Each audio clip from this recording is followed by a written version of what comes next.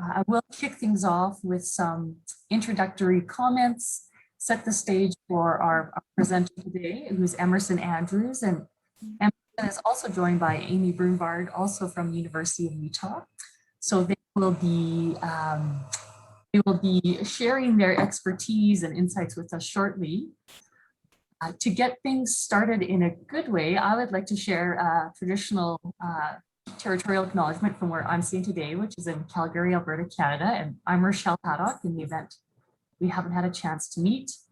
I'm a co-chair of the campus's lab community of practice, and I'm here today with Laura Lynn Haas, the other co-chair for the community of practice. She's at Florida State University.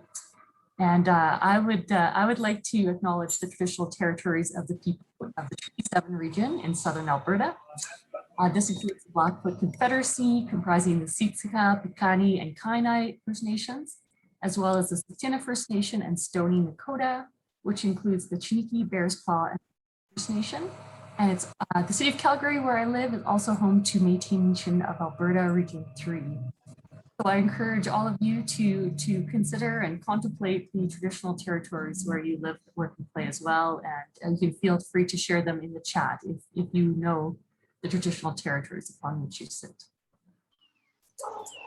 We have a number of folks joining our call today who aren't part of our campus lab community of practice. Welcome. Take the opportunity to share a little bit of an overview of what this community of practice is about, and to extend an invitation to you if you wish to join. So we were established in 2016, and we're really about connecting people engaged in campus as a learning lab, campus as a living lab, initiatives across North America and beyond. We have Demi on the call today from the United Kingdom. We currently sit around 206 members. And really our intent is to share ideas, expertise, best practices. Oh, I can see I have missed a bullet here. We host monthly webinars. This is one of our webinars. We also have a listserv as well, where members can share information about upcoming events or pose questions. We also have a online folder through Google Drive where we curate a number of resources tied to campus's lab. So today's presentation will be archived there. We also have a number of job postings for campus's lab positions. So if you're looking to create a new role at your institution, you can build upon those job postings from other institutions, number of guidebooks, resources, etc. So that's all there. And then the other piece, the other intent of the community of practice is to really provide a platform for collaboration. So if you have ideas regarding how to collaborate between institutions to advance campus's lab, we're all ears. And on that note, an idea like this came forward from one of our members, Joe Fullerton at San Mateo County, let's see if I get this right, San Mateo County College District. Is that right, Joe? He wanted to engage or create a bit of an interactive summer series. And so we are going to be focusing this on returning to a new normal post-COVID and how campus's lab efforts can help us overcome the challenges we face. We want this to be interactive, kind of to have the same feel as a workshop would at a conference. We're going to space it out 4 sessions during the month of July, where we're still deciding whether it be over 2 weeks or it'll be 4 days in a row. We're going to post more information through HE Connect and also through our listserv. If you're not connected to either of those ways of communicating, you can simply email myself or Laura Lynn. And yeah, we're really looking for this to build knowledge, ideas, and energy around returning to a new normal, whatever that looks like. And finally, more information. Like I said, if you're interested, here's my address and Laura Lynn's address. Okay, wonderful. And feel free to type questions in the chat as we go about the community of practice or about the presentation you're about to see.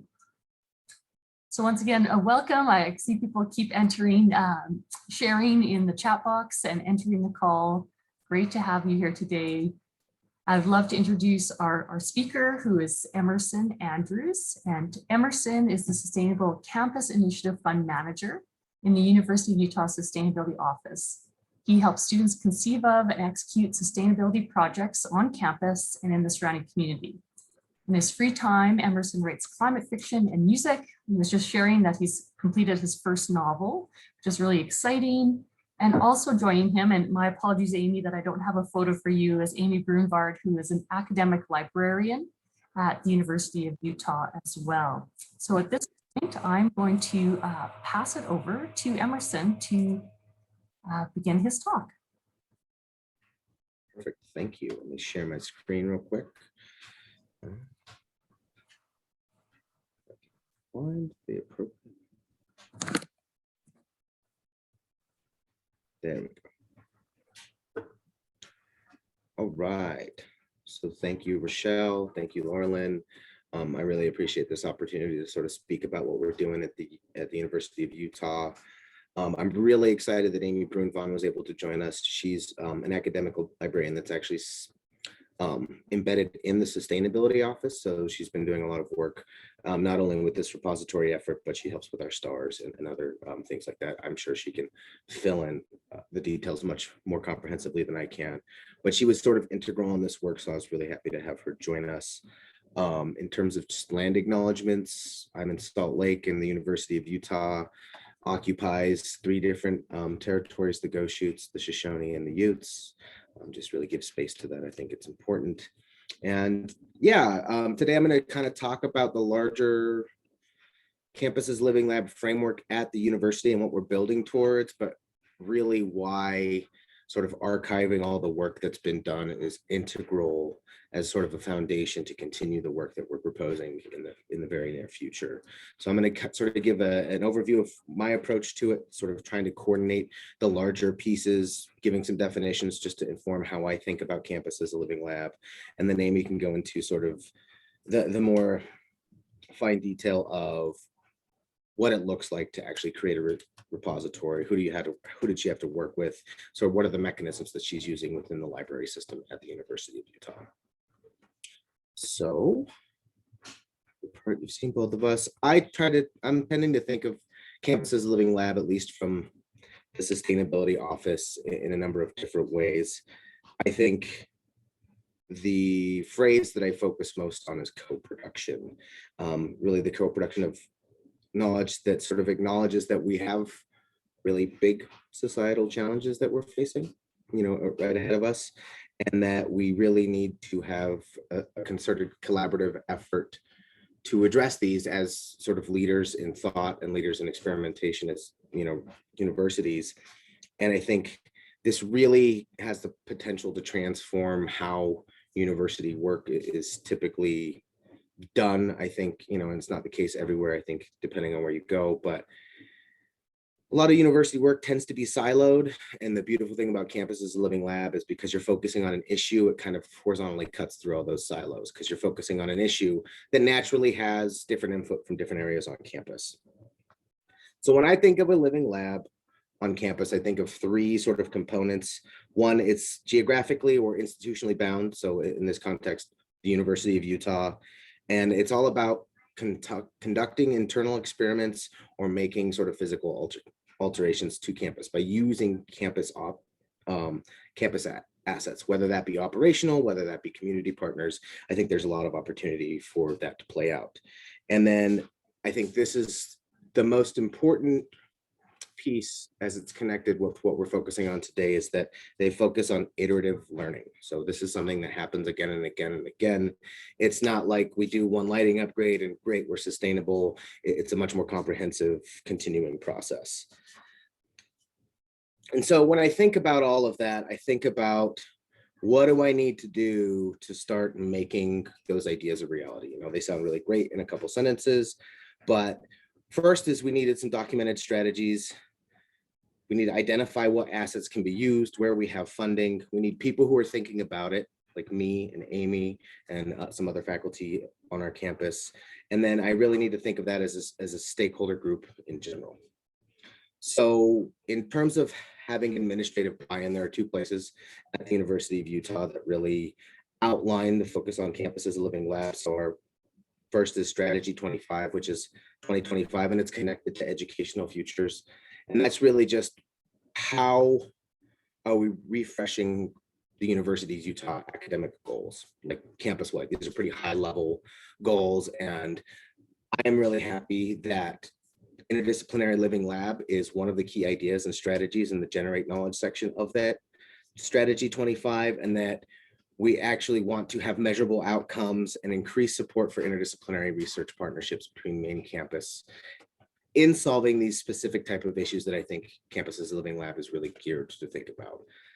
And we even have a definition from our facilities team as to what a campus as a living lab should be.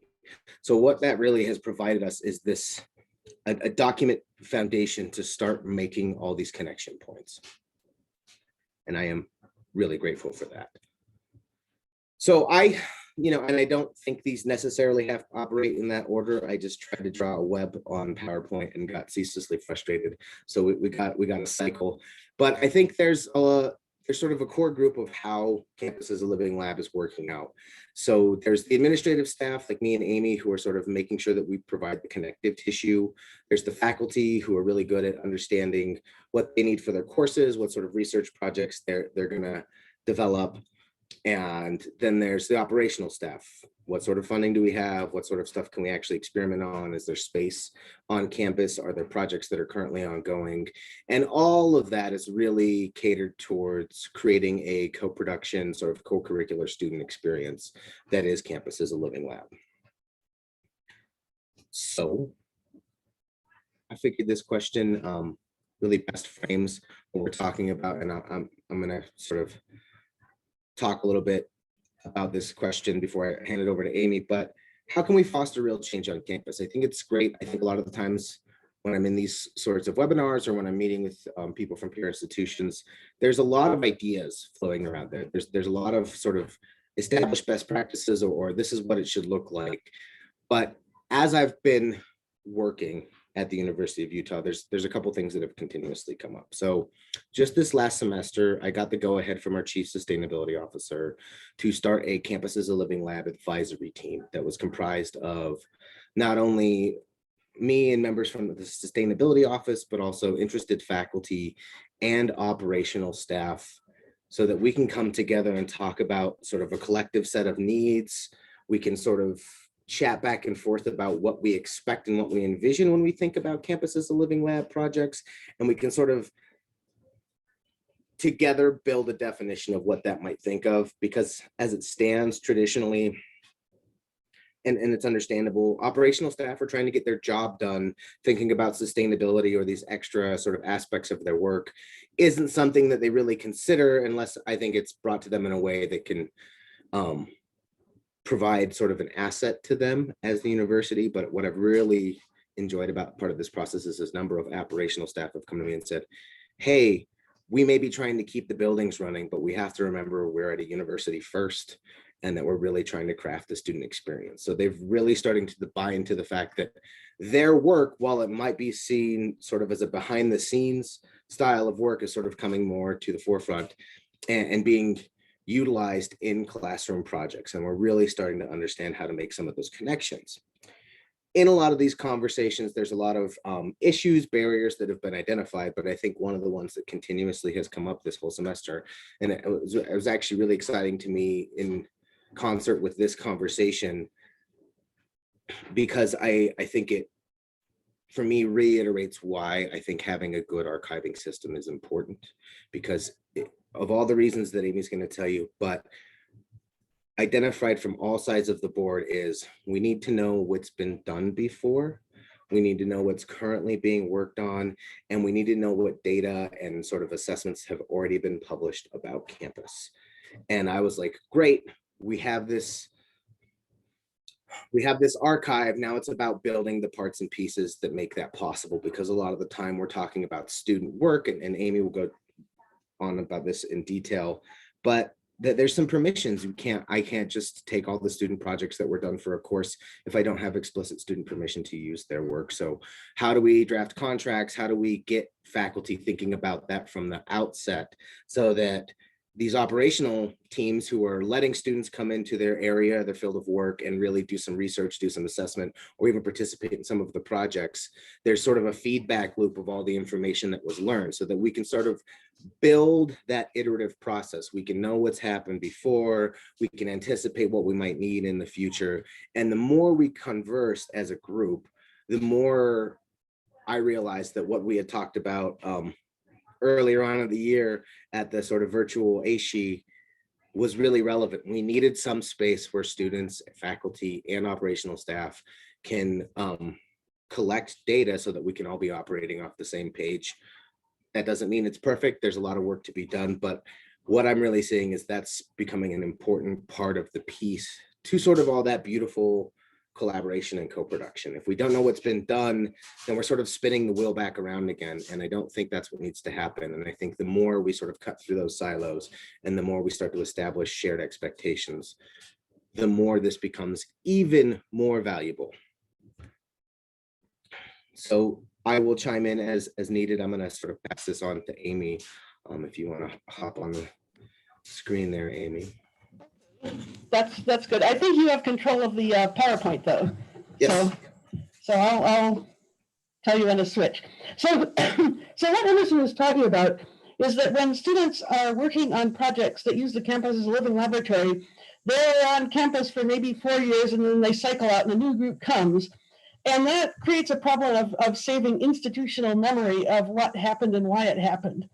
And so creating an institutional memory is really a problem of preserving hyperlocal information on campus. Let's just go to the next slide. How shall I signal you, Emerson? So a hyperlocal media system is geographically based and community oriented, and it does original news reporting, often published on the web, and it fills gaps in coverage that aren't covered by other news systems. So as you can see, that describes perfectly a campus information system. Because the campus is geographically bounded, it has a specialized group of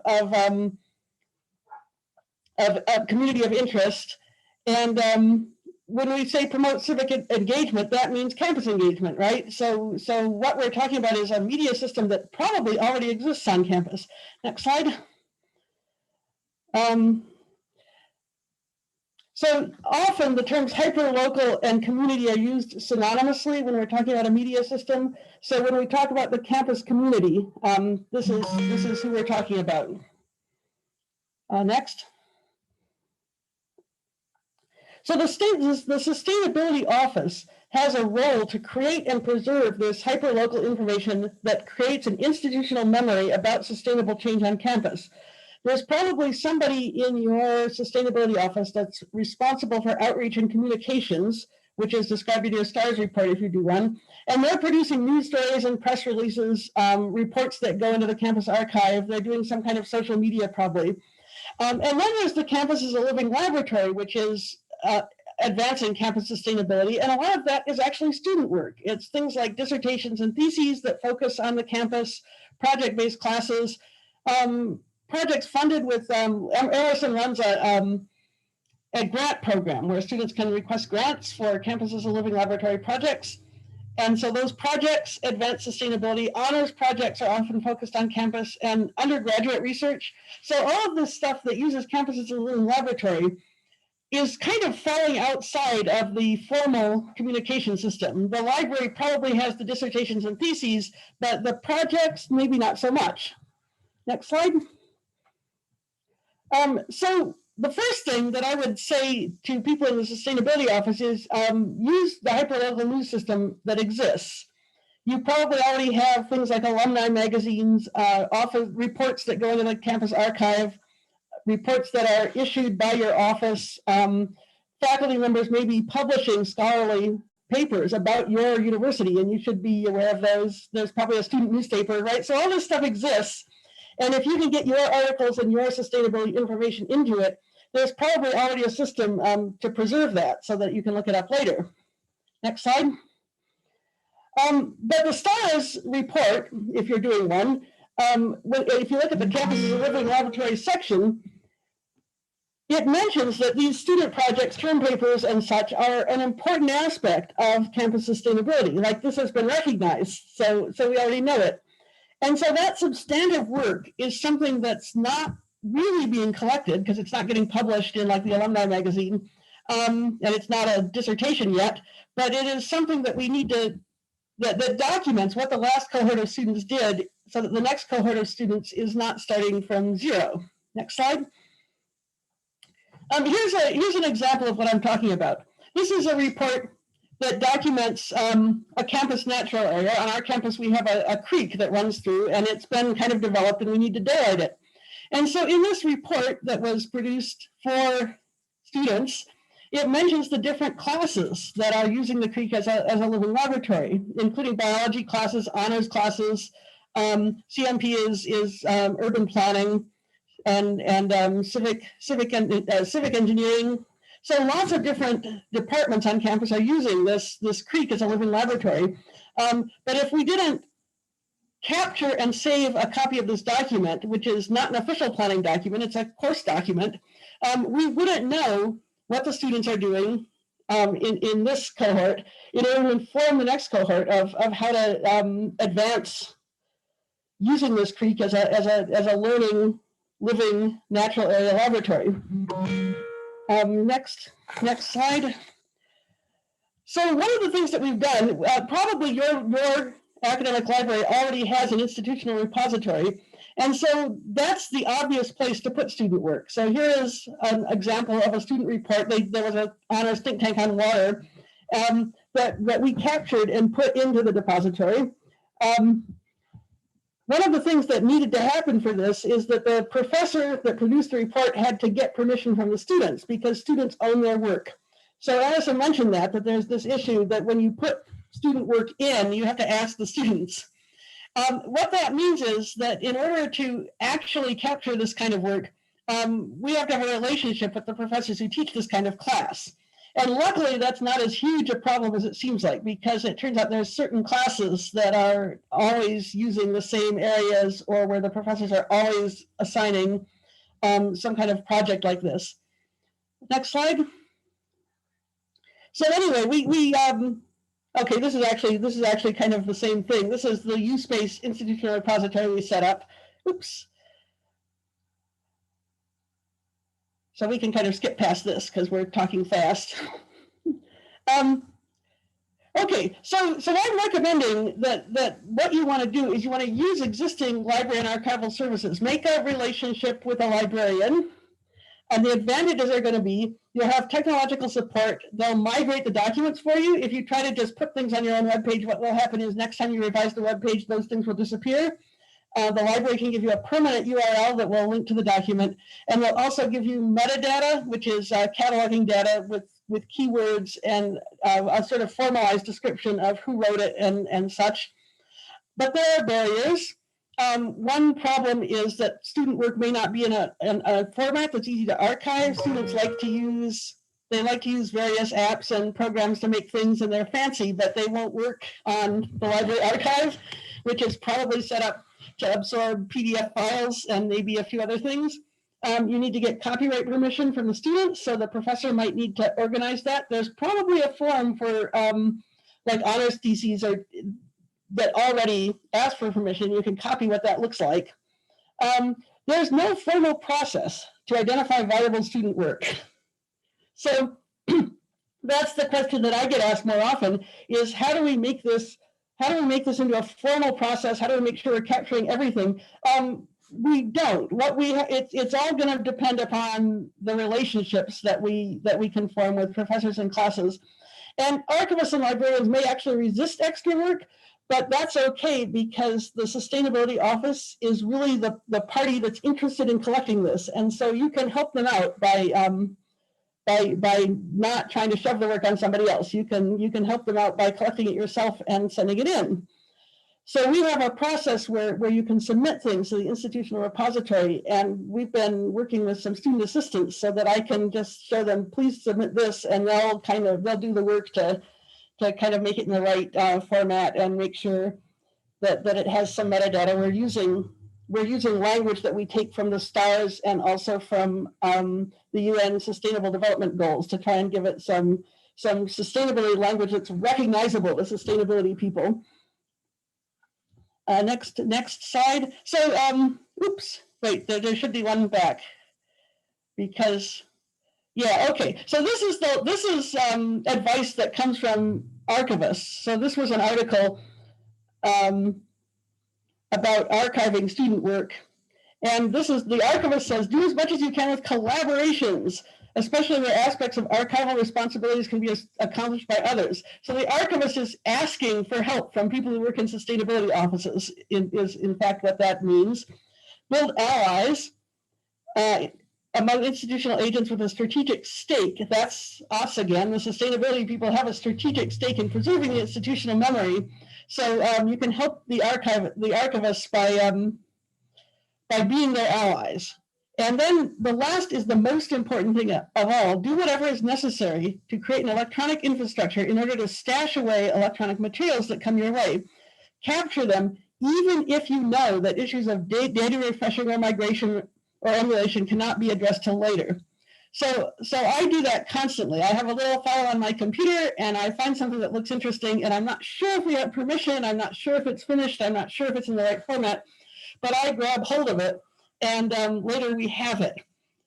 One of the things I'll say here though is that as a librarian, I also sometimes use other archives. So sometimes what's important to our campus as a living laboratory turns out to be a document that was produced by a government agency like state or local government.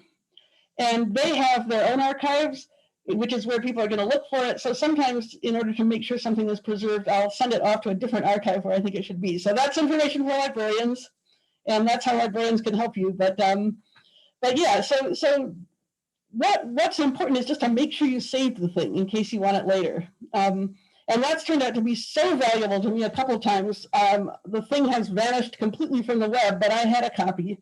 And so I've been able to restore it by getting it into either the institutional repository or another appropriate archive. So I went through that really fast because I want Emerson to do more talking. And then we'll have time for questions. That's perfect. I was actually just going to jump in and sing your praises, Amy. I think something that is definitely worth mentioning, because Amy is sort of helping do all this work and utilizing one of the interns that I hire on an annual basis to sort of do the submission work. Amy has a sort of unique perspective as to what's being created on our campus.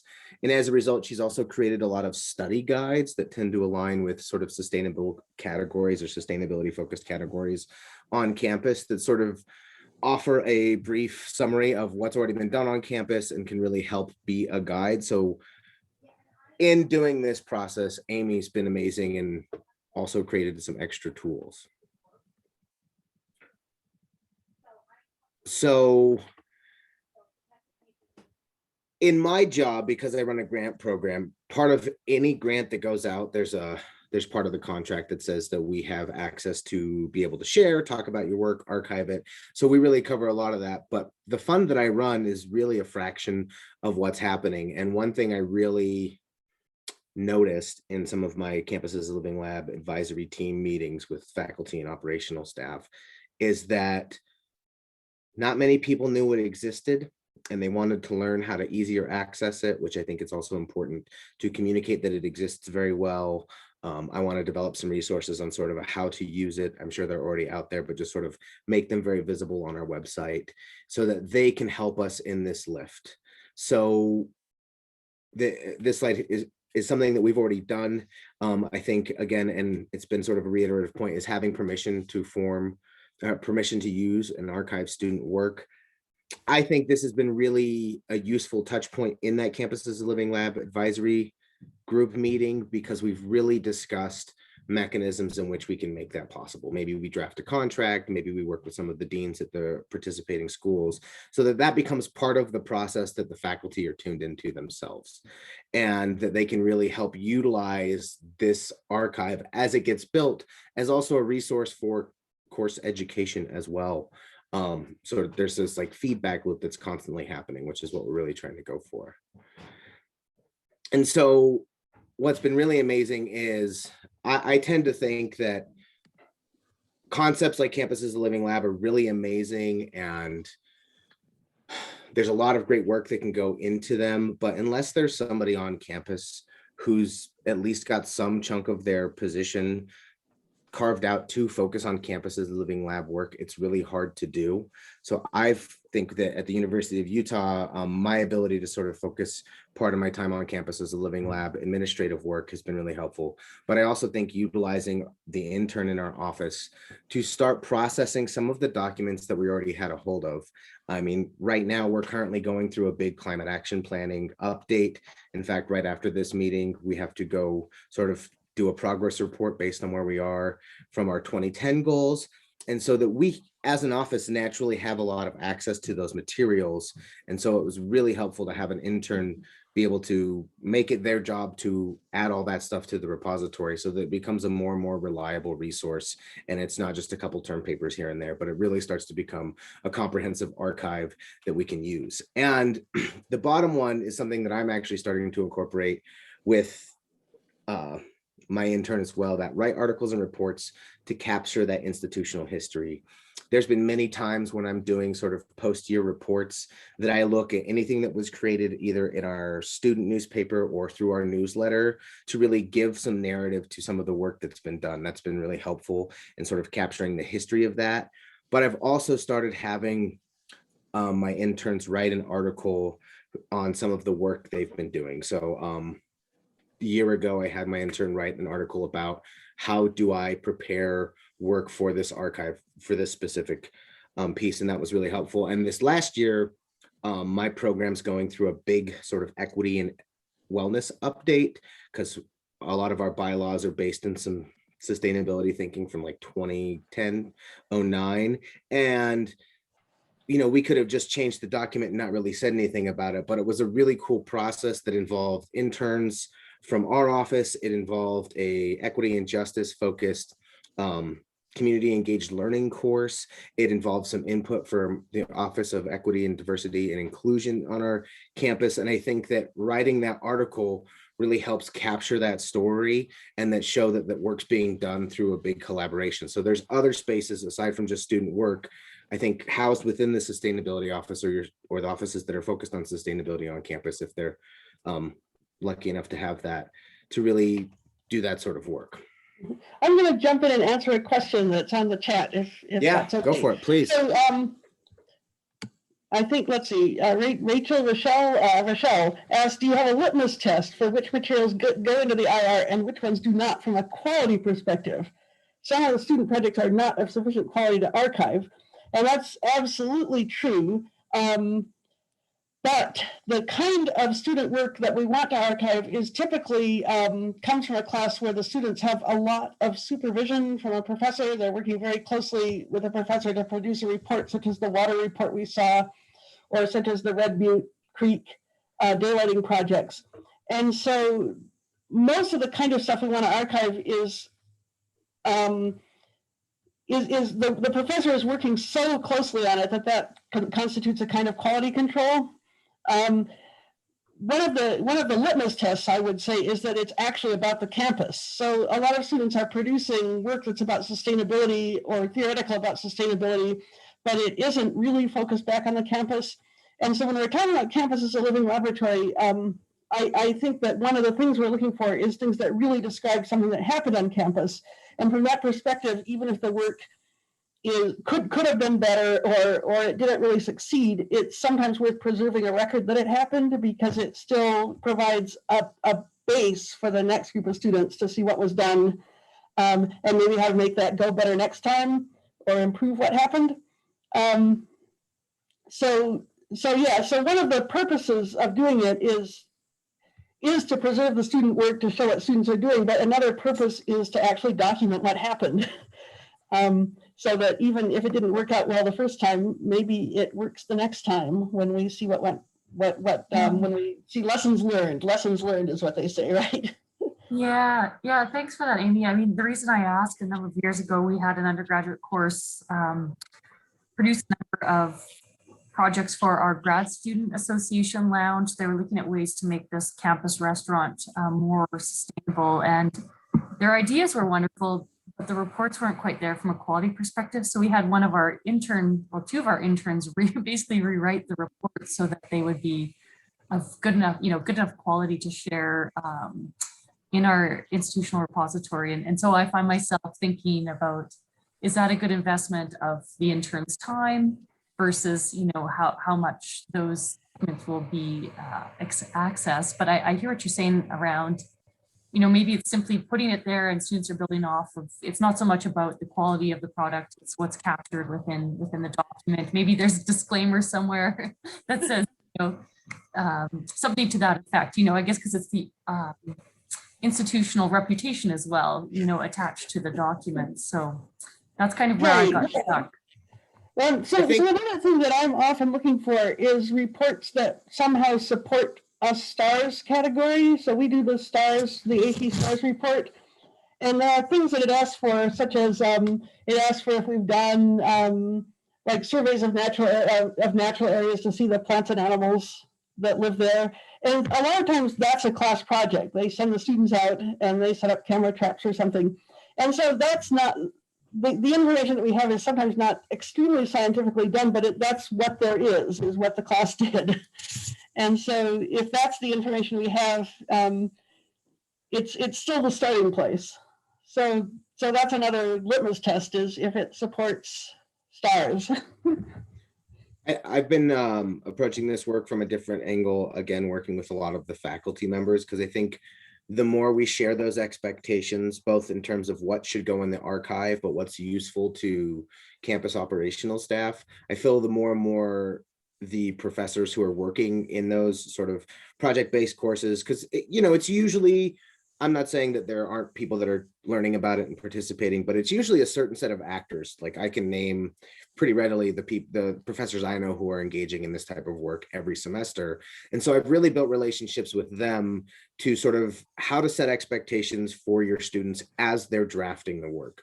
What are some of the formats you need to be considerate of? What are some of the things you need to make sure to include? And I'm not saying that removes the problem, but I definitely think it helps tighten that quality a little bit. I think that's probably especially more true at the graduate level. Another thing that we also try to think of is we have a couple different research symposiums throughout the year, and there's a bunch of different great posters. And I always tell anybody who's doing sort of work, and a lot of those professors, like, hey, find a way that we can turn these posters into PDFs so that they can be something that's viewed about later. And it's granted, oftentimes it's not a complete record, but we do our best to really try to capture all the cool work that's happening at very different levels. But I think, and I noticed we mentioned it multiple times, it's all about building relationships and making sure that the people who are participating are able to voice what their concerns and their difficulties are. It's a really funny process I run through many times, where I do all this cool research on campus as a living lab, and like what it means to get people from different spaces in the same spot talking about the same thing, and like how powerful that is. And there's a seed of doubt every time before I go into those meetings, like, is this going to work? Are people going to make those connections? Are people going to grasp onto it? And almost always we have better than expected conversations that really identify key areas of need, sort of key questions, coming from our professors. They say, hey, we want to utilize these operational assets we have on campus, but we don't know what's available. We don't know where we can play. We don't know who we can talk to. We don't know, if it's an okay time to reach out. On the flip side, having all the operational staff in that same meeting really helps bridge that gap, and that becomes a team, and we're starting to work together. And I think through that process alone, we're going to come up with some best practices that are going to be far better than just me or just a faculty member or just somebody in the operational area really working towards that. And I've really... So I'm gonna chime in again, because the question was, is it worth rewriting the student work to make it better? And yes, it is, because that's the communication aspect. So if you write that news release or that report, you can feed it into the existing hyperlocal information system and get it published in there and get it preserved. And 5 years from now, when you go back to look what's done, you've actually written that report, and it's actually there for you to find again. And so we've just been going through a process of seeing if we achieved our 10-year climate action plan. And those reports that people wrote from the Sustainability Office have turned out to be really essential in remembering what we did. Without those, nobody would know because the people who wrote them have left. So yeah, document. If you have to document yourself, go ahead and do it. It's going to make you happy 5 years from now. As part of that process, we are actually hosting, we call them problemtunity sessions on campus, but it's really where we focus on waste, or, this last semester it's been coming back to campus after COVID has been really the focus of different areas, but it's really a sort of a meeting where the operational staff are able to catch everybody up to where we are on campus and they can identify needs. And I think part of that process is we learn what's already been done. A lot of times in those meetings, somebody's like, oh, we did this report. And it's like, well, nobody knew you did that report. We need to archive it somehow. And I think creating more spaces where these are talked about is an important process of spreading the knowledge about the fact that the archive even exists. And then we can start working on some of that other stuff. I know that's a little strayed from the question, but yeah. We have another question about whether we're tracking use of the archive. The library does track use, so we can get statistics about how many times each document was accessed. It doesn't tell us that much. But when we presented this at ASHE, we had a student with us who actually described how students are using the archive. And they're using it for exactly what you'd think they would. They're using it because they have an idea for a project and they want to see what somebody did before. It's not that easy to find this material because it's in the institutional repository and it's it's not on Google Scholar or wherever students are searching. So a lot of times we have to tell students to start with it. We show them the documents that are there, and so yeah, I don't think people are discovering it spontaneously very much. I think it's more of a tool that we're using to help students start their new project. Strategies for getting people to use the archive is, as Emerson was saying, is figuring out which classes are producing campuses and living laboratory projects, and talking to the professor about producing some kind of report or depositing a report. So I've actually had professors approach me with a really wonderful project that students did and say, "What should I do with this?" because they don't know, and then I'm able to tell them, "Well, put it in the institutional repository, and it'll be there forever." So the difficulty with this is because the student papers fall outside of the campus formal information system. You really do have to just collect stuff and figure out what to do with it. It doesn't stop, and it isn't a very formalized process. But once you have it, it turns out to be so useful in order to keep making progress. You will develop a sense of what kind of thing you'll want to have later on. And so if you just save it in your own computer, like I said, sometimes you'll realize I have that thing, I need to revive it, I need to put it somewhere, and sometimes that happens. So that piece of advice to keep saving stuff is what I would emphasize, even if you don't quite know what to do with it yet. Yeah, absolutely. We have a couple questions in the chat that I don't want to overlook. And I also want to mention too that the chat will be saved along with the recording of this presentation. So there have been a lot of different people who are sharing links and advice in the chat, and you'll be able to access that later as well. So one person has asked, do authors get their download stats? No, there's no process for that. They'd have to ask. I mean, we could provide it if they asked, but they don't automatically get it. Sure. And then someone's asking about how to find your archive specifically. Do they type Sustainability Archive in the Utah Library website main search bar? That's a good question. It's the institutional repository. I'd have to look at the website to see. I will bet that you have to go through the link that says digital collections in order to get there. And you may actually have to know that it's the institutional repository. The little subdivision that we have, it is searchable, but you might have to ask me how to search that, only that specific archive, because it has, anyway. It's So, there, but it's not super obvious, because I think it's not a thing that most people are looking for. It's an internal tool in a way. so as part of that obscurity of actually how to access the archive, I'm working on a Campus as a Living Lab resource page for our website. And one of those pages is going to be, this is the sustainability archive. Here's how you submit your work. Here's the type of work we're looking for. That sort of outlines all that stuff. That I wish I could show it to you. It's not live yet. It's still sort of under construction. But that's been a way that we've really tried to make it easy to find and associated with the space you might be associating sustainability work with on campus in the office. It's not a complete fix, but I think it's a start. I love this idea here of identifying new dissertations and theses that are using Campus as a Living Lab. I think we should do that. We're not doing that, but we should.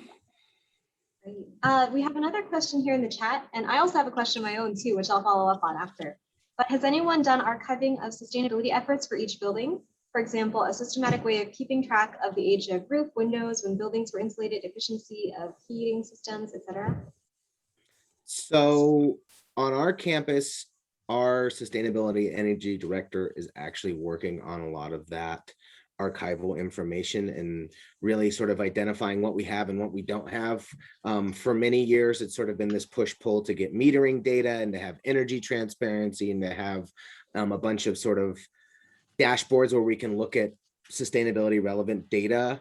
It's a process. It's definitely something that we're working for, but what has greatly helped that process is the director of our sort of operational sustainability team has really bought into that and realizes that that sort of data, even just having it on a dashboard somewhere, can be really useful for courses and classes, but also something that can really help keep us transparent and moving toward our goals. So there is some tracking. It's not complete, but it's starting to happen. My question was, we do have a lot of our student projects saved, but they're in an internal document. They're definitely not public facing. How do you suggest going about getting permissions from students retroactively? Depends on how retroactive, I guess. You know, I've had some professors that have worked on, you know, one project, but it's taken the course of like a couple of different years, a couple of different cohorts that are working on that project. And they've really had to go back and get it after the fact, just simply by reaching out to them, and parts of it kind of go away. But I think what we're really trying to tune into is the fact that this is becoming more and more relevant. And so as we start engaging in that work, we're starting to build it in from the get-go. But yeah, retroactively, sometimes it can be difficult. There was a really great project that I even had permission that was built into the grant contract I sent out, but a couple of the project leads were like out of the country for 6 months. So they were really hard to get a hold of. And it was a really cool project. And I really liked talking about the project, but didn't feel like I could do it in any depth, any depth at all. And I had to keep reaching out to them. I reached out to the professor, said, hey, do you have any of this? You know, because oftentimes if it's sort of a larger project or a larger body of work, they might have connection with those students. So I think keeping in contact with the professor, that was actually ended up how I ended up getting in contact with the students who were out of country. They were like, oh yeah, we did have all that stuff. We just forgot to send it to you. So it's weird that like a lot of great work can miss being archived because of like, oh, I was graduating and I had 90 other things going on in my life. And so it's about trying to think about that beforehand, understanding also that we can't get everything. When I first came on in my position, there was a lot of great projects that I wanted information for, but we were just too far removed and we just had what we had. And that was the unfortunate situation. But I think as the system develops more, the less that's going to happen. Well, one of the good things, Emerson, is that if people get a grant from the Sustainable Campus Initiative Fund, then we automatically get to archive it. Then they sign when they get the money, they sign a document that we get to archive their reports. So. Oh, that was another part of my question too. Is do you have any maybe example language of a permissions form that you would be comfortable sharing with the group? I know that it might be a good place to start and then people can tailor it to their institutional context. So I don't have it from sort of a faculty sort of orientation. I have it from my program, and I can go find that language in the document shortly after and send it along. I have no problem doing that. Just sort of saying, hey, you know, by receiving this grant, all this information is going to be made public.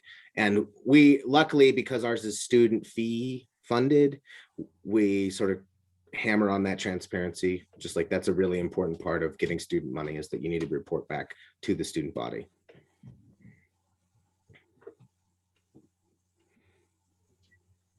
We have another question in the chat from Jeff. Have you run into problems with older PDFs that were created or designed with low or poor web accessibility? Do you update them? Yeah, things, people use all kinds of apps and programs to write things, and some of them create huge files that are hard to store, or things that are poor quality, or that sort of thing. And if it's important enough, we do try to make a copy that can be saved. It's like Emerson said, some of the older stuff we're just not going to get permission for anyway. So, but yeah, there's a few times when something has been worth transferring into an archivable format. Of course, one of the judgment calls is if somebody needs it, all of a sudden that thing is important, right? If I have something and suddenly somebody asks for it and I'm retrieving it, then that's important enough to put some effort into. So it's one of the reasons for saving stuff that you're not sure what you're going to do with, is that it might turn out that you do need to do something with it. An example of that might be some students did a design for a solar parking canopy, and we ended up building a solar parking canopy. So their work turned out to be kind of the origin of these solar parking canopies. And so that thing that might not have been valuable at all turned out to be the origin of a sort of a campus transformation. And so we went back and fiddled with that to make it fit. I've also done that. There was an engineering class that was doing a life cycle analysis of hand drying options at the University of Utah, and their presentation was in a bunch of loose associated documents. But to Amy's point, there was a couple of student groups who wanted to update the hand drying options in their building, and I was able to go compile a document based on what that student course found and sort of build something that then could be used in the archive, and helped fuel sort of their justification for the funding. Like, hey, there's been work that's done on campus that shows this is the best option sustainably. We should purchase these because, you know, all the reasons that we value sustainability. So there's no like fine line, but there are definitely, especially when I came on, you know, the program started in 2009, and some of the document and font choices were questionable, but if it was valuable enough, me and an intern sat down and updated the documents and re-uploaded them and made them. So I think that's why it's important to have somebody who's at least part of their job is to focus on this sort of work, because if it just falls into the nether realm of, oh yeah, we'll get to that, I think a lot of the times things can slip through the cracks. I know that that's not always the easiest thing to do as well. I know that like different universities and colleges have different levels of funding, different office structures, all that stuff. But that's really what's been helpful, is that I've been able to dedicate my time, collaborate with Amy, and actually utilize some student intern time to make sure that the work that is necessary and valuable really gets captured and put into the archive. Great. We have another question that popped up in the chat. It says, we are generating podcasts as an engaging way to capture student research and also their inquiries with experts. They often have 30-minute interviews that they whittle down to 10-minute podcasts. Anyone have experience with archiving this type of raw data? So this is where you need to go to your library and ask the librarians, because if you have an academic library that you have access to, somebody over there knows how to do that. And you need to figure out who it is, because they might not be somebody who's interested in sustainability yet. But if you ask around, you will discover that they probably have a mechanism for doing that. If there's a special collections, they probably are doing oral history interviews or something like that. And they have some kind of standard and some kind of capture tool where they can put that stuff. And so my recommendation is figure out how to put it in the library instead of putting it somewhere else, because the librarians will then preserve it for you. And there, Yeah, so there's actually an example of that. Me and Amy both actually got selected as different. There was a, what was it called? Imagine you know, real people, real stories, talking about air quality in the Salt Lake Valley. I'm not sure how many are you familiar with Salt Lake, but we have an atrocious air quality problem. And it was really inviting faculty, staff, and students to write about that. Both Amy and my pieces were selected, and as part of like the presentation, we recorded our pieces in the learning center in the library. So we actually recorded it, and then it was made available for people to sort of plug into the podcast and listen to at this event that they were doing. But then it just got published on the sort of academic page that organized the group, and then it sort of disappeared. And I was really bummed, because I thought having that oral aspect of people reading their own stories was a really cool richness to that document that we were losing. And luckily we were able to find it and then embed it in the library. So I think it's really important. And I think it's more and more important because more and more multimedia work is becoming what students are doing, and they're doing some of that work. And I think figuring out how to store that is real important.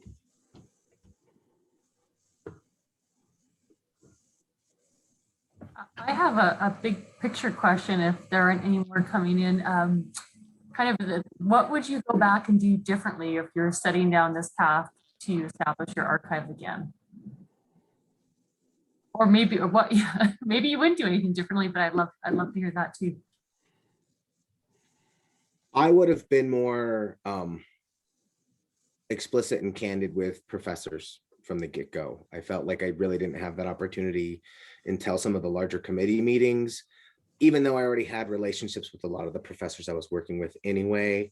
And it sort of, they were like, oh, I didn't know I could do that. And I felt like because of that, there were 3 or 4 or 5 years of really great stuff that maybe didn't meet, like sort of fold in. So I think to what Amy said early on in the thing is, even if you don't have a formalized system, if you do have relationships and you do know that some of this work is being created, get them on board as soon as possible.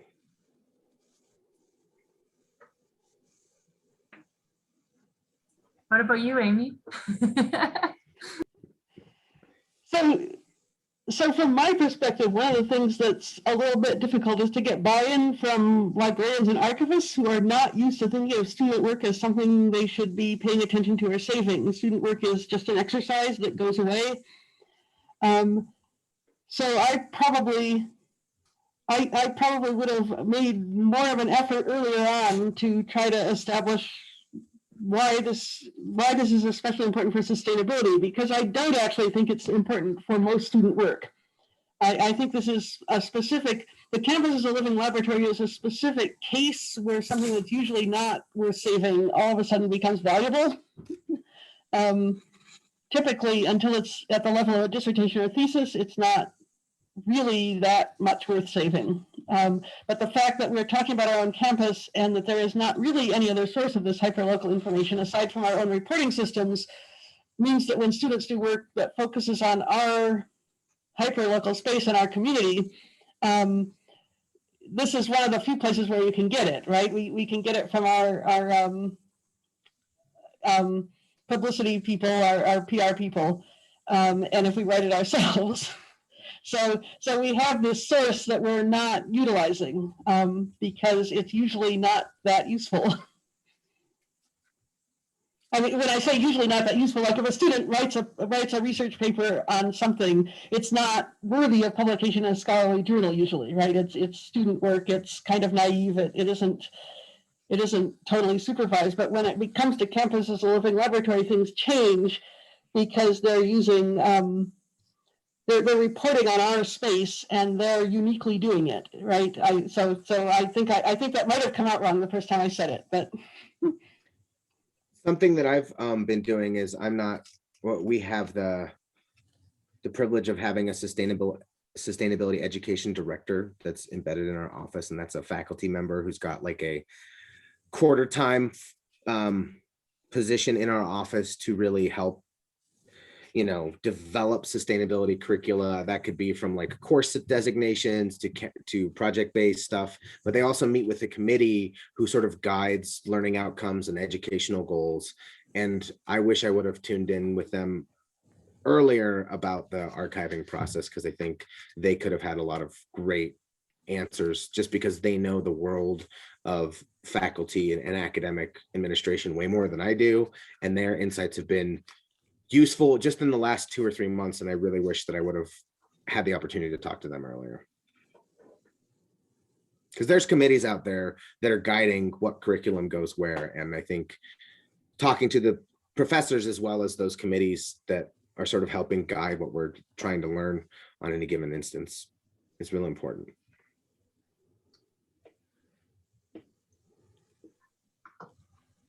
All right, it does look like some people are leaving because it is 2:30. So Rochelle, if you'd like to wrap up. Sorry, yeah, thanks so much both to Amy and Emerson for sharing your wonderful presentation, all of your insights. You've given me so much food for thought. I assume everyone else in the call got just as much out of it. And yeah, this is a huge and important task, I think, for all of us. And even thinking about students sharing across campuses, so that students at my campus can learn from students at University of Utah or Florida State or Queen Mary's University. So really want to thank you both for your time and insights, and a reminder to everyone on the call, if you would like to present at a future Campuses Lab webinar, Laura Lynn and I would love to hear you. And again, keep your eyes open for information about our summer series. So thanks again. Have a wonderful day and take care, everyone. Thanks, Rochelle. Thanks, Laura Lynn, for organizing this. This was really fun. Awesome. Yeah, this is great.